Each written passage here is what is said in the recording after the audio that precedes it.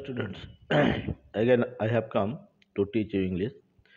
দেখো, যেমনটি আমরা জানি যে ইংরেজি শেখার একটা ভালো উপায় হচ্ছে বাংলা থেকে ইংরেজিতে অনুবাদ করা, মানে ট্রান্সলেশন করা। সেই জন্য আমি এই চেষ্টাটা করেছি যে বাংলা থেকে ইংরেজিতে অনুবাদ করে যাতে তোমরা ইংরেজি শিখতে পারো। সেই জন্য আমি আবার বলছি, যারা এখনো পর্যন্ত আমার চ্যানেলটা সাবস্ক্রাইব করোনি তারা এই চ্যানেলটা সাবস্ক্রাইব করবে, লাইক করবে এবং শেয়ার করবে এবং কমেন্ট বক্সে অবশ্যই তোমাদের মতামত লিখে পাঠাবে। তাহলে দেখবে অল্প কিছুদিনের মধ্যে তোমরা এই বাংলা থেকে ইংরেজি ট্রান্সলেশন করতে করতে নিজে নিজে ইংরেজি শিখে যাবে। তো কথা না বাড়িয়ে আরম্ভ করি। দেখো, এখানে লেখা আছে রহিম এখন কলকাতায়। তো কার সম্বন্ধে বলা আছে? রহিমের সম্বন্ধে। সেন্টেন্স তৈরি করতে গেলে প্রথমে দিতে হয় সাবজেক্ট, তারপরে ভার্ব, তারপরে অবজেক্ট। যার সম্বন্ধে বলা হয় তাকে বলে সাবজেক্ট। এখানে রহিমের সম্বন্ধে বলেছে, সেই জন্য প্রথমে দিয়েছি রহিম। রহিমটা সাবজেক্ট। কখনকার সময় বলা হয়েছে? এখনকার সময়, তাই নাওটা আগে কমা দিয়ে ঘিরে দিলাম। তো নাও, এখন, কমা দিয়ে ঘিরে দিয়েছি। এবার দিলাম সাবজেক্ট। রহিমের সম্বন্ধে বলা আছে বলে দিয়েছি সাবজেক্ট রহিম। রহিমের পর কি হবে? ভার্ব। ভার্ব কাকে বলে? যে ওয়ার্ডের দ্বারা হওয়া বোঝায় তাকে বলে ভার্ব।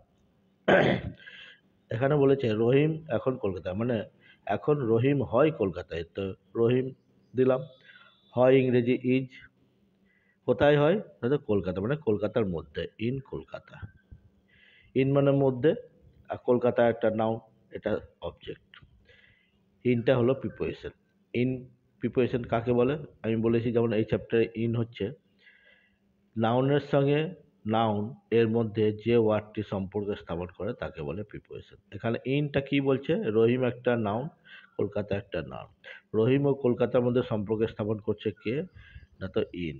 রহিম কোথায়? না তো কলকাতার মধ্যে। বোঝা গেল? সিমিলারলি দেখো, এখানে বলছে বাবা এখন অফিসে। তাহলে এখনটা আমি নাওটা আগে দিয়ে কমা দিয়ে ঘিরে দিলাম। কার সম্বন্ধে বলেছে? বাবার সম্বন্ধে। তাহলে বাবা, ফাদার হচ্ছে সাবজেক্ট। ইজটা হচ্ছে ভার্ব। ভার্ব কোথায়? তো কলকাতায়, ইন কলকাতা। এখানে অফিস বলেছে, অফিস হবে ইন অফিস। ঠিক আছে? সে আমার সঙ্গে আছে, হি ইজ উইথ মি। কার সঙ্গে বলেছে? He, subject he. Is verb, with me আমার সঙ্গে। উইথটা হচ্ছে প্রিপোজিশন। ঠিক আছে? মাছগুলি জলে, মানে জলে আছে। The fishes are in the water. ফিশেসটা সাবজেক্ট, আরটা ভার্ব, ইনটা প্রিপোজিশন, দ্য ওয়াটারটা অবজেক্ট। এরপর তাহারা কষ্টে আছে। কারা? সাবজেক্টকে কাদের সঙ্গে বলা হয়েছে? তাহারা। তাহলে তাহারাটা হবে সাবজেক্ট দে। দের পরে আর হবে, কেন? দেটা প্লুরাল। সাবজেক্ট যদি প্লুরাল হয় তাহলে তারপরে আর হবে। তার দে আর কিসে? না তো কষ্টে, ইন ট্রাভেল। ট্রাভেল মানে কষ্ট, ইনটা হচ্ছে এখানে প্রিপোজিশন। তাহলে বোঝা গেল, আমরা এতটা দিয়েছিলাম কালকে, এতটা করলাম। এরপরে থাকবে এখান থেকে এতটা। তোমরা আগের পড়া যেটা বোঝালাম সেটা বুঝে এটা করার চেষ্টা করবে। এখান থেকে এতটা করবে, তারপর আমি যখন কালকে আবার মিলিয়ে দেবো তখন দেখে নেবে। আজকে যেটা করালাম সেটা ভালো করে মিলিয়ে দিচ্ছি, দেখে নাও।